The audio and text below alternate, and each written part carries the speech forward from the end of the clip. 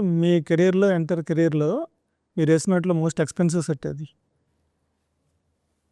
Upcoming film అవునా? చిరంజీవి గారి కాదు, ప్యారడైస్. ప్యారడైస్ అప్పుడు అది అంతా ఇప్పుడు దసరాలోనే అది కూడా మొత్తం అంతా సెట్లో జరుగుతుందండి. అంటే దసరా అనేది ఒక ఊర్లోనే జరుగుతుంది కాబట్టి ఒక డిఫరెంట్ కైండ్ ఆఫ్ సెటప్ చేసుకుని ఊరంతా అక్కడే చేయడం జరిగింది.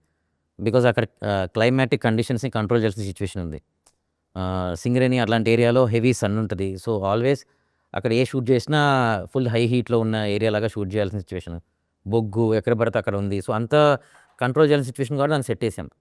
But Paradise is a world, ఒక సపరేట్ వరల్డ్. అంటే it can be a fiction thing but it's a world. దాని లాజికల్ దానివి, దాని స్పేస్ దానిది అని. సో అక్కడ ఏంటంటే సపరేట్ ఒక new world, existing are non existing ఒక వరల్డ్ క్రియేట్ చేసాం. ఇప్పుడు దసరాకి సీక్వెల్ ఏం కాదు కదా, కంప్లీట్గా కొత్త కథ, బ్యాక్ డ్రాప్ కూడా సేమ్ కాదు. కాదు టైం లైన్ కూడా సేమ్ కాదు. అది కూడా almost 80s time line. Okay, ఎంత అది అప్పుడు మారింది జనరల్గా అంటే ఒక ఐడియా. నేను ఇంకా క్లోజ్ అవ్వలేదుగా, సినిమా అయిపోయినా. వర్క్ ఉందా దాంట్లో? యా 50% అయిపోయింది, 50% అయితే ఉంది. ఎలా వస్తుంది దాని అప్డేట్ అని చెప్పండి. విజువల్గా అయితే సూపర్ ఉందండి. ఇంకా మిగతా డీటెయిల్స్ తర్వాత. అంటే కంపారిటివ్లీ ఇందాక అడిగింది ఛాలెంజింగ్ అనిపించిందా? Yeah definitely. లేని దాన్ని క్రియేట్ చేయడం ఎప్పుడైనా టెన్షనే, ఉన్నదాన్ని ఏముంది రెప్లికేట్ చేయడమే కదా. మేజర్ సినిమాలు చెప్పాలంటే పెద్ది అండ్ ప్యారడైస్ మీ చేతిలో ఉన్నది. ఈ రెండింటిని కంపేర్ చేయమంటే ఎలా చేస్తారు మీ వర్క్ వైజ్? అదే అండి, పెద్దిలో ఏంటంటే it is more of realistic.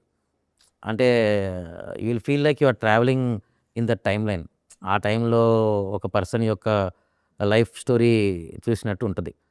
Paradise is more of a fiction. అది అంటే అదొక వేరే వరల్డ్, దాని ప్రాబ్లమ్స్ దానిని ఇది ఇట్ ఈస్ లైక్ ఇది ఏంటంటే మోర్ ఆఫ్ రియలిస్టిక్ ఆస్పెక్ట్. అంటే ఒక మనిషిని లైఫ్లో నిజంగా జరిగే ఆస్పెక్ట్స్ అవన్నీ దాంట్లో ఉంటాయి. మోర్ ఆఫ్ ఎమోషనల్ ఇది అండ్ ఇట్స్ స్పోర్ట్స్ డ్రామా. అది మనకి స్పోర్ట్స్ డ్రామా కాదు. So one of the major difference. Paradise revenge story అండి. సింగిల్ చెప్పాలంటే ఇట్స్ ఐడెంటిటీ క్రైసిస్ ప్రాబ్లమే.